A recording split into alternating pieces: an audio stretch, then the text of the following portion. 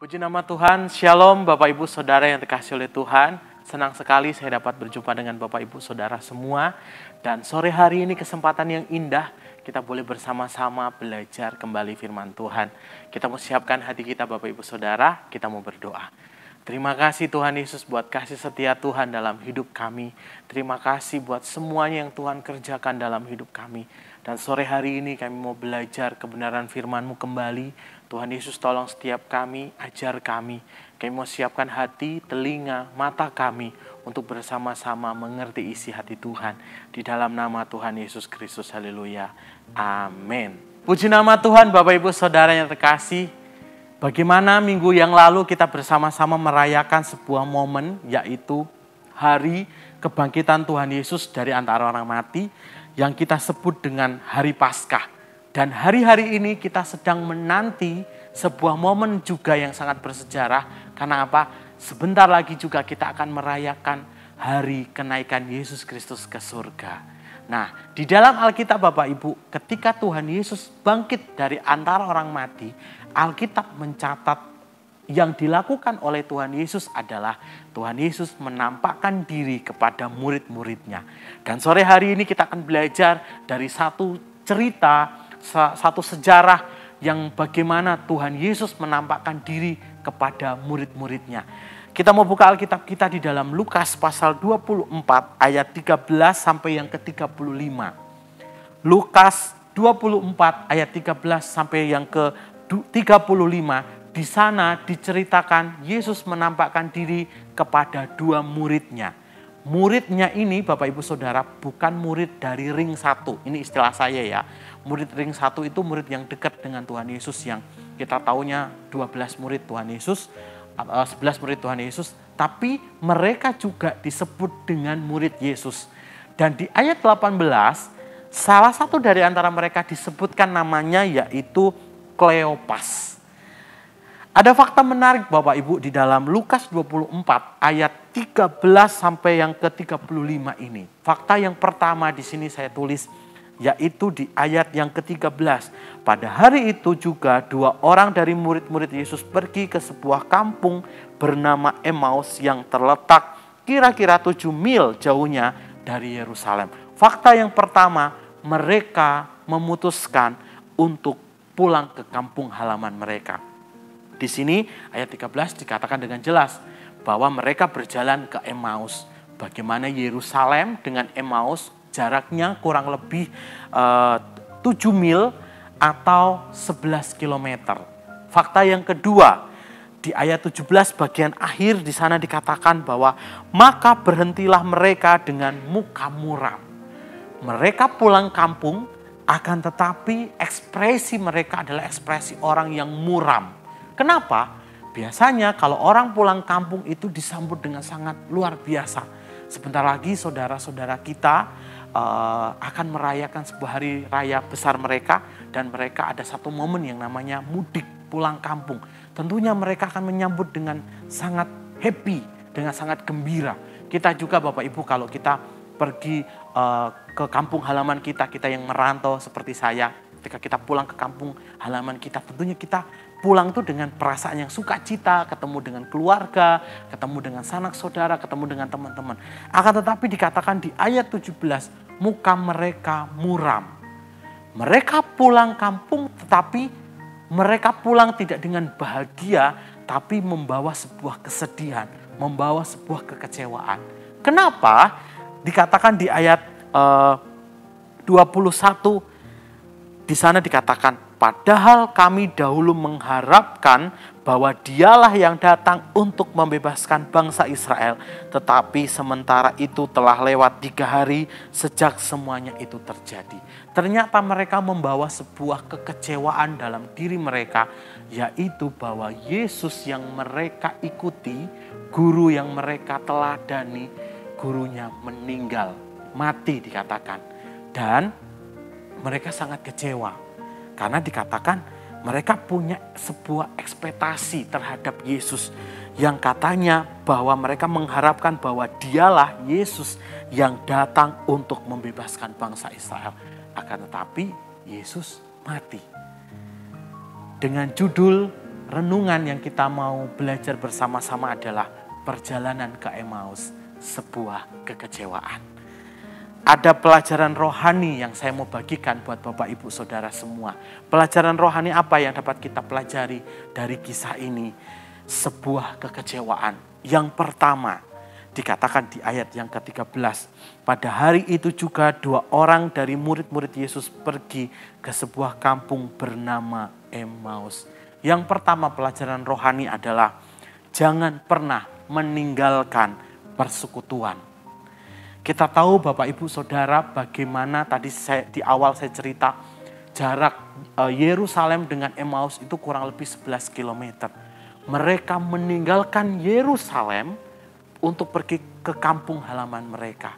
Dan kita tahu bersama-sama bahwa Yerusalem adalah pusat dari penyembahan. Yang kedua, Yerusalem itu adalah sebuah tempat yang sangat bersejarah. Karena apa? Karena guru mereka, Yesus, mati di sana. Dan yang ketiga, dikatakan di dalam Kisah Rasul 1 ayat yang keempat, Yesus melarang murid-muridnya untuk meninggalkan Yerusalem. Ada apa dengan Yerusalem? Kalau kita belajar di dalam kitab Kisah Para Rasul, di sana ada sebuah peristiwa setelah Tuhan Yesus naik ke surga. Bapak Ibu Saudara, apa yang dialami oleh Kleopas dan temannya, yaitu mereka mengalami sebuah kekecewaan. Mereka memutuskan untuk meninggalkan persekutuan. Dalam kehidupan sebagai orang percaya, hari ini Tuhan mau ajarkan buat setiap kita, saya dan Bapak Ibu Saudara. Ketika Bapak Ibu Saudara mengalami kekecewaan dalam hidup, ingat, jangan pernah meninggalkan persekutuan. Jangan pernah meninggalkan ibadahmu. Jangan pernah meninggalkan Tuhan. Kekecewaan adalah sebuah perasaan yang tidak puas, tidak sesuai dengan harapan. Apa hari-hari ini yang membuat Bapak Ibu kecewa? Apa hari-hari ini yang membuat Bapak Ibu merasa bahwa ini tidak sesuai dengan harapan saya? Ini tidak sesuai dengan kepuasan saya. Apa yang membuat kita kecewa hari-hari ini? Ingat, jangan seperti 2 murid Yesus. Mereka kecewa, mereka meninggalkan Yerusalem. Mereka pergi memilih untuk kembali ke kampung mereka. Mereka meninggalkan persekutuan. Hari ini Tuhan berbicara kepada kita lewat renungan ini. Sekecewa-kecewanya kita, ingat. Jangan pernah meninggalkan persekutuan bersama dengan Tuhan. Jangan pernah meninggalkan jam-jam doamu. Jangan pernah meninggalkan jam-jam baca Alkitabmu. Jangan pernah meninggalkan jam ibadahmu meskipun ibadah kita lewat online. Ketika kita beribadah dengan sungguh-sungguh, kita menghargai kehadiran Tuhan. Di situ Tuhan bisa dan mampu mengerjakan sesuatu buat hidup kita. Yang pertama, jangan pernah meninggalkan persekutuan.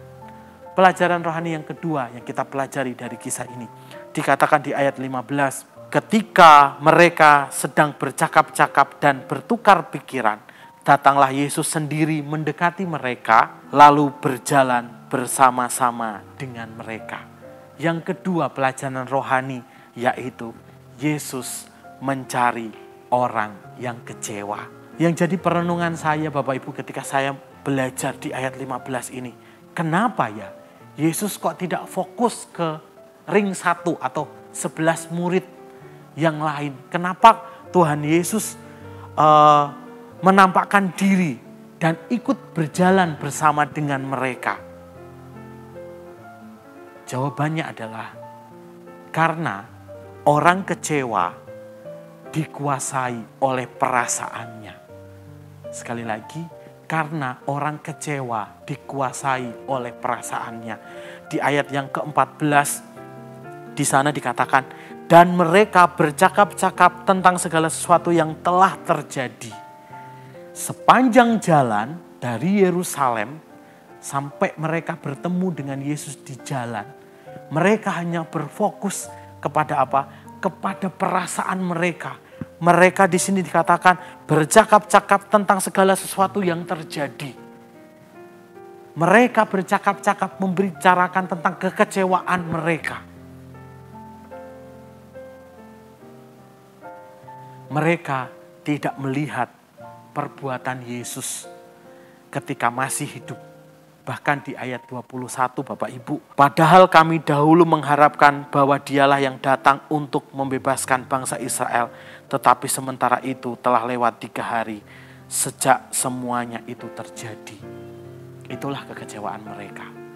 Yang hanya dibahas mereka adalah sebuah kekecewaan. Bahaya ya, orang kecewa itu dikuasai oleh perasaan mereka.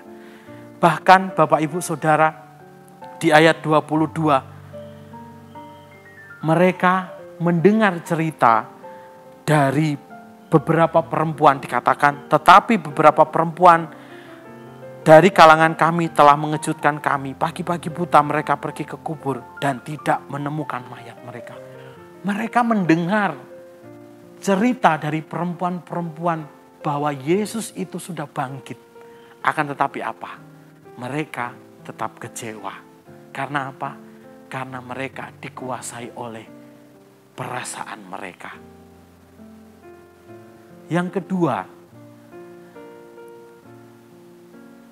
mengapa Yesus menampakkan diri kepada mereka? Yang kedua adalah Yesus mau mengajar mereka di dalam kekecewaannya. Dikatakan di ayat yang ke-27, lalu ia menjelaskan kepada mereka apa yang tertulis tentang dia dalam seluruh kitab suci, mulai dari kitab-kitab Musa dan segala kitab nabi-nabi. Yang kedua, mengapa Yesus menampakkan diri kepada mereka? Yang kedua, Yesus mau mengajar mereka di dalam kekecewaannya. Tujuannya apa? Tujuannya ialah memunculkan cinta mula-mula mereka. Terbukti di dalam ayat yang ke-33. Lalu bangunlah mereka dan terus kembali ke Yerusalem. Ketika mereka sadar bahwa Yesus bersama dengan mereka, mereka segera bergegas dan kembali ke Yerusalem. Sebuah cerita yang sungguh luar biasa. Terkadang cara yang sama Tuhan tunjukkan dalam kehidupan kita. Di dalam kekecewaan kita, di situ Dia hadir. Karena apa? Yesus mencari orang yang kecewa. Di dalam Mazmur 34 ayat 19 dikatakan, Tuhan dekat dengan orang-orang yang patah hati. Pernah tidak Bapak Ibu, dalam situasi kekecewaan kita mendapatkan sebuah pengajaran dari Tuhan. Melalui apa? Melalui firman Tuhan, hari Minggu yang kita dengar, melalui renungan yang dibagikan oleh rekan-rekan di Facebook, di IG dari sekretariat gereja. Kemudian lewat apa? Lewat pembacaan Alkitab kita. Kita sepertinya kayak ditegur, diingatkan Tuhan kembali. Tujuannya apa? Karena Tuhan ingin memunculkan cinta mula-mula kita kepada Tuhan. Sama seperti dua murid ini, dalam kekecewaannya, Tuhan mau ajar mereka. Supaya apa? Supaya Tuhan membangkitkan kembali cinta mula-mula mereka. Hari ini Bapak Ibu Saudara, di dalam keadaan yang kita alami, saya tidak tahu apa yang menjadi kekecewaan kita. Saya tidak mengerti apa yang dihadapi oleh Bapak Ibu Saudara. Akan tetapi jangan sampai kekecewaanmu, apa yang engkau inginkan tidak terjadi, kayak seolah-olah kok Tuhan kok seperti ini ya. Tuhan kok seperti ini ya dalam hidupku ya. Ingat, dalam kekecewaan kita jangan pernah sekali-kali kita meninggalkan persekutuan. Dan yang kedua, Yesus dekat. Yesus mencari orang-orang yang kecewa. Di dalam kekecewaan kita hari ini, izinkan Tuhan berbicara lebih lagi dalam hidup kita. Mari kita mau berdoa. Tuhan Yesus, terima kasih buat sore hari ini. Tuhan boleh mengajarkan kepada setiap kami tentang peristiwa perjalanan di Emmaus. 2 murid-Mu yang membawa kekecewaan mereka, Tuhan. Tapi Engkau mengasihi kehidupan mereka. Engkau berjalan bersama dengan mereka. Engkau mengajar mereka. Engkau timbulkan kembali cinta mula-mula mereka, Tuhan. Dan mereka bergairah, bersemangat kembali untuk mengiring Engkau. Hari ini Tuhan, hamba-Mu berdoa buat setiap jemaat-Mu, setiap Bapak Ibu Saudara yang mengalami sebuah kekecewaan dalam hidup mereka.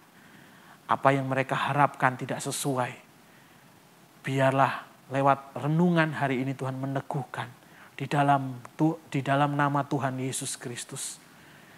Umat-Mu boleh tetap kuat, umat-Mu boleh tetap tegar karena bersama dengan Tuhan. Biarlah lewat renungan hari ini kami boleh diingatkan untuk kami tidak meninggalkan persekutuan dengan Engkau. Dan kami sadar bahwa Tuhan mencari orang yang kecewa. Teguhkan kebenaran firman-Mu dalam kehidupan kami. Dan biarlah kami sebagai umat-Mu, kami boleh menjalani hari kami dengan optimis bersama dengan Tuhan. Karena Tuhan menyertai kehidupan setiap kami. Di dalam nama Tuhan Yesus Kristus. Haleluya. Amin. Tuhan Yesus memberkati kita semua.